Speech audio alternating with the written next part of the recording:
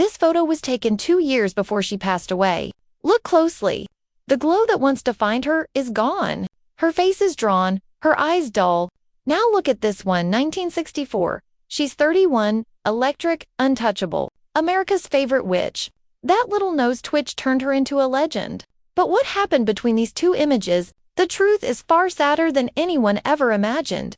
Elizabeth Victoria Montgomery was born on April 15, 1933, in Los Angeles, Hollywood royalty from birth.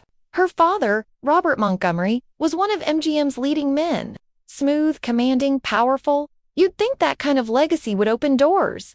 It didn't. Growing up under his shadow nearly crushed her. She wanted his approval, but it never came. He doubted she had the strength for show business. That doubt became a wound she carried her entire life. By 20, she was acting on live television. Bit parts, forgettable roles, but she kept pushing, learning. Then came the moment that changed everything. In 1964, Bewitched arrived. Look at her in that first season photo, radiant, alive, effortless.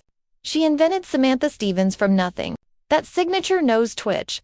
It wasn't scripted. Elizabeth did it during rehearsal. Overnight, it became iconic. The show exploded top 10 for 5 straight years.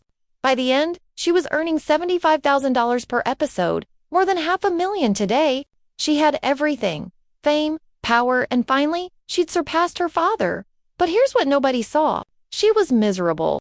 Bewitched became a golden cage.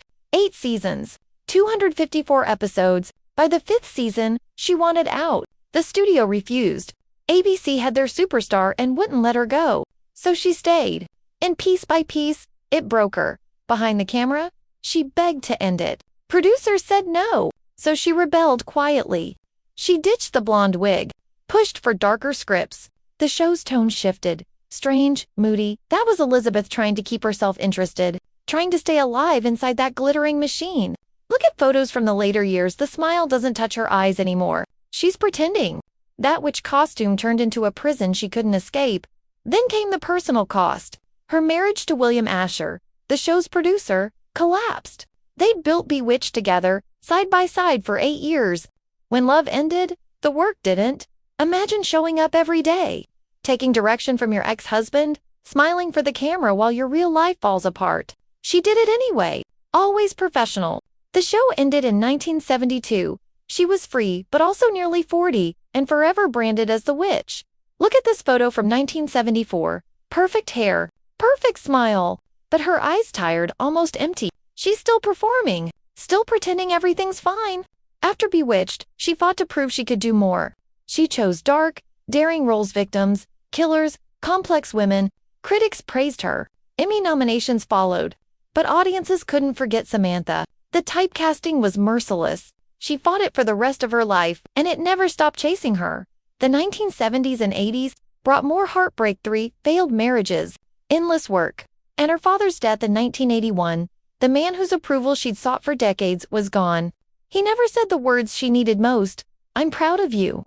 She chased those words her entire life. They never came. Still, she kept working, acting, speaking, fighting for causes that mattered: gay rights, women's rights, AIDS awareness. When most stars stayed silent, Elizabeth stood up, fearless, compassionate. But no amount of activism could quiet the ache inside. By the 1990s, she was in her 60s and still pushing forward. Then, early in 1995, something changed. Sharp pain in her abdomen. Persistent. She ignored it, took pills, kept filming. By March, the pain was unbearable. Tests confirmed the truth: colon cancer, stage 4. It had spread everywhere. The doctors gave her 8 weeks, maybe less. She'd ignored the symptoms for over a year. Maybe fear kept her away. Maybe denial. Maybe she just didn't want to know. By the time she faced it, there was nothing left to fight. Look at her final photos. Thin, fragile, but still smiling for the camera. She worked until the very end. May 18, 1995, Elizabeth Montgomery died at home in Beverly Hills, 62 years old. 8 weeks from diagnosis to death, quietly, no headlines. Just family and a few close friends. And that final photo? It doesn't just show sickness or age. It shows the price of being unforgettable. She gave the world laughter, magic, escape. But the role that made her immortal became the one thing she could never outrun. Even in death, every headline said it. Samantha from Bewitched dies at 62. Look again. The young witch with the twinkle in her eyes and the older woman with the haunted gaze. Same woman, two cages. Elizabeth Montgomery proved that fame doesn't equal peace. That sometimes the role that makes you a legend becomes the one that takes everything. She spent her life trying to escape Samantha Stephens. She never did. That's the untold story.